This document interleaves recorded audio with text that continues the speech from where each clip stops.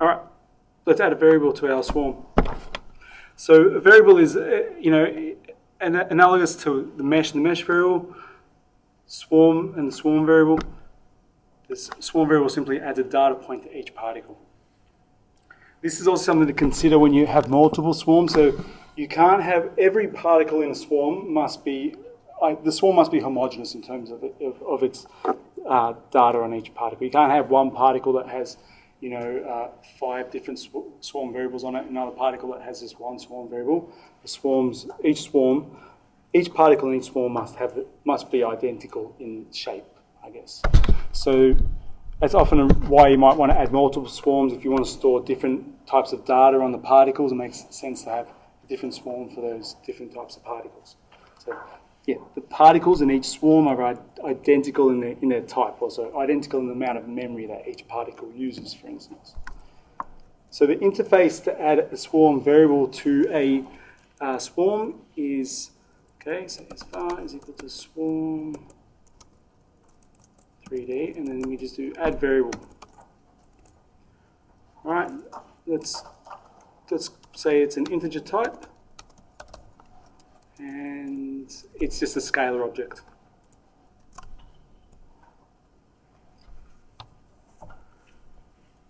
Right, swarm variables have a data handle on them, like the mesh variable. So let's initialize it to be 0. We don't really need to do that, but let's do it anyway. So now let's say for index in range of count, index, and we're just going to set the swarm variable on the particle to correspond to its actual index. Again, I've forgotten the data handle here, and I've forgotten the data handle here. Right, let's clear the image, and now let's append the genus for objects points. We're going to render over the swarm again, so we pass in the swarm, and now the next argument is a function that represents the color. It can be any function. That's a function that you could use in mesh to color your particles in this instance. In this case, we're going to use our swarm variable to color particles, but you can really use anything you want. So let's go like that, and show. Okay, I'll grab that WebGL guy.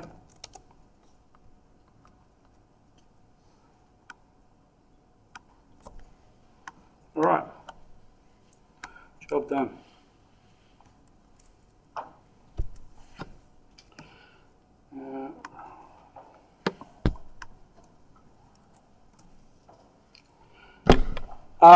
Right.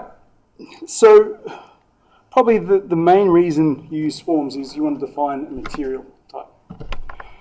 So the way you construct that material representation is through the Underworld branching functions, in particular the map function. So this is how a map function works. When you're constructing your map function, you have to provide it a key function, which is, again, any function, but in this case, it's going to be a swarm variable corresponding to your material. And then you provide it a set of functions that it maps to. So if your key function returns a key of 0, for instance, then you evaluate function 0. If your key returns a key of 5, then you go ahead and you evaluate function 5. If your key function returns a key that you don't have a function for, it goes and executes a default function if you've provided one, or if you haven't, it bombs out.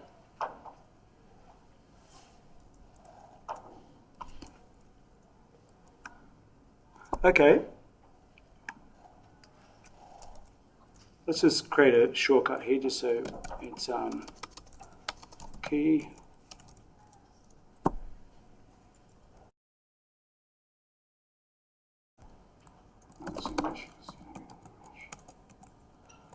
Let's create another mesh quickly here. Alright. Swarm mesh. Okay. Let's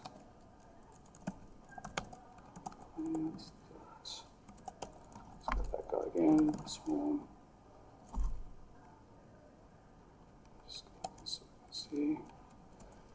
40.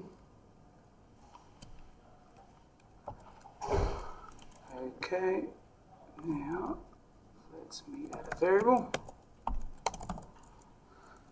Again, integer, and it's a scalar. And let's grab a handle for that. Let's call it material. Material variable. Right. Okay, now let's do what we've done. Like again, we're going to use this pattern here. We've got index and coord, and we are going to enumerate. In this instance, we're going to look at the swarm, and there's a particle coordinates. This particle coordinates is actually a swarm variable itself, and it represents the coordinates of the particles, of course. All right. So, and again, we want to grab the data handle of that because we want to look at the NumPy array. Don't forget, I've used this enumerate Python function here, which allows us to grab the index and grab the coordinate at the same time. Right.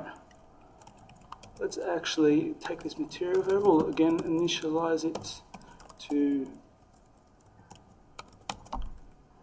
0. For instance. Now, what do we want to do here? Okay. Coord. Right.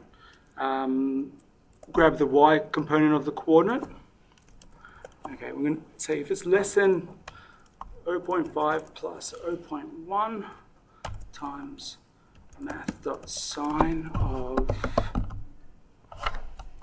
2 point times pi times math pi times, now we're going to grab the x coordinate here. Okay, we're just creating a simple shape really. In that case, what we want to do is set the material variable data of index, and let's set it to 5. So we've got two materials here. We're going to denote one with the index 0. We're going to denote the next with the index 5. It's arbitrary. You can choose. The only requirement when you're setting up your material variables is that it has to be an unsigned integer. That's it. Right. So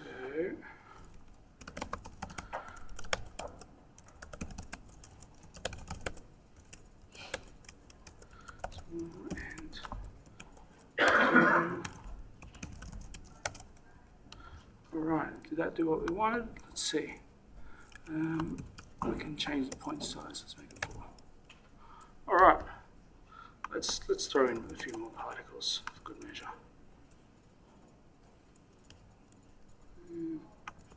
Let's double up again.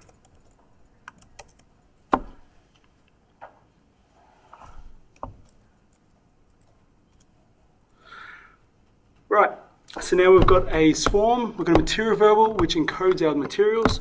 So now we want to use the branching function to actually tell whatever it is that's using the function which functions to use for which material.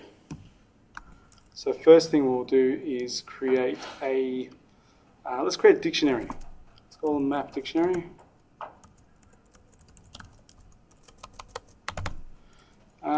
Okay, so this is notation for Python dictionary. And okay, so what we're going to do is map 0. So this is key 0. And let's map that to, let's grab another one of these input guys. And let's grab the y component. Right? So for particles with an index 0 on it, we actually want you to go and use this function. And for particles with index 5, let's just set it, I think we just set it to 0.5 in that example. Set it to whatever you want. I mean, what we could do alternatively, let's go ahead and we can just set it to, let's set it to this. So our particles of type 0 are going to result in a behavior which is just a linear function in the y direction. Our particles of type 5 are going to be a linear direction in the x, linear function in the x direction. All right. First we'll create the dictionary. Let's create the actual function. So map function is equal to, okay, function dot branching dot map. Right, we have to pass in the key. The key is our material variable, and the mapping itself, which is our map dict.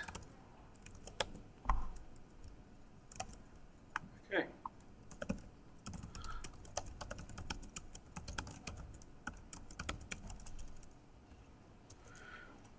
Swarm and map function. So we want to actually render them. Now we're going to render the map function on the points.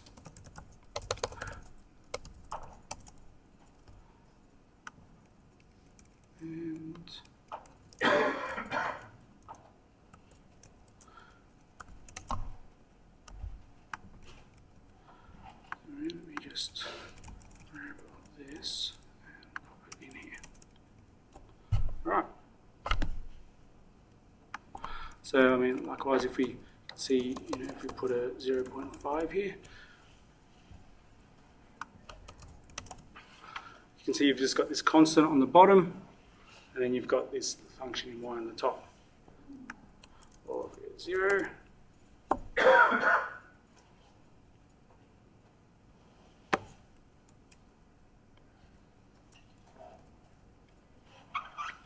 All right, so now that we've got a way to encode our materials, we're going to take the previous notebook you created for your thermal solution, and we're going to basically populate it with the swarm, and then we're going to make 3 layers.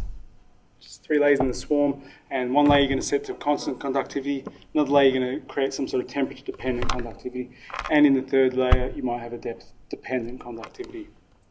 And you set up and solve. So yeah, give that a crack, guys. Any questions on that part? All make sense somewhat? All right, have a shot. I mean, I think we'll have to finish up with this. So yeah, go ahead and give that a shot. And any other questions, feel free to ask, or have a play with the existing models that are there.